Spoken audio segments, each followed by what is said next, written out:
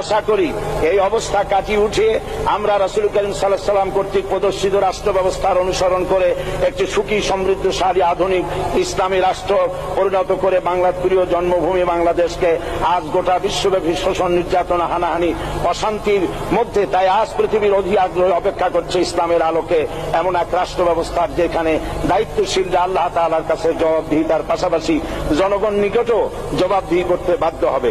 মাননীয় স্পিকার, অনেক ত্যাগ ও তিতিক্ষার রক্তের বিনিময়ে গড়ে উঠেছে আমাদের গণতান্ত্রিক প্রতিষ্ঠান এই জাতীয় সংসদ। এই সংসদের সম্মান রক্ষা করার দায়িত্ব আমাদের সবার। গণতান্ত্রিক চর্চা গণতন্ত্র প্রতিষ্ঠার স্বার্থে আমি আজ প্রধান বিরোধী দল আওয়ামী লীগকে সকল হিংসা বিদ্বেষ ও পরাজয়ের গ্লানি ভুলে গিয়ে সংসদে যোগদানের উদাত্ত আহ্বান জানাচ্ছি। পরিশেষে আমি আপনার মতো সর্বজনশ্রদ্ধ একজন মার্জিত ও সুশিক্ষিত ব্যক্তিকে এই মহান সংসদের স্পিকার হিসাবে লাভ করে আমরা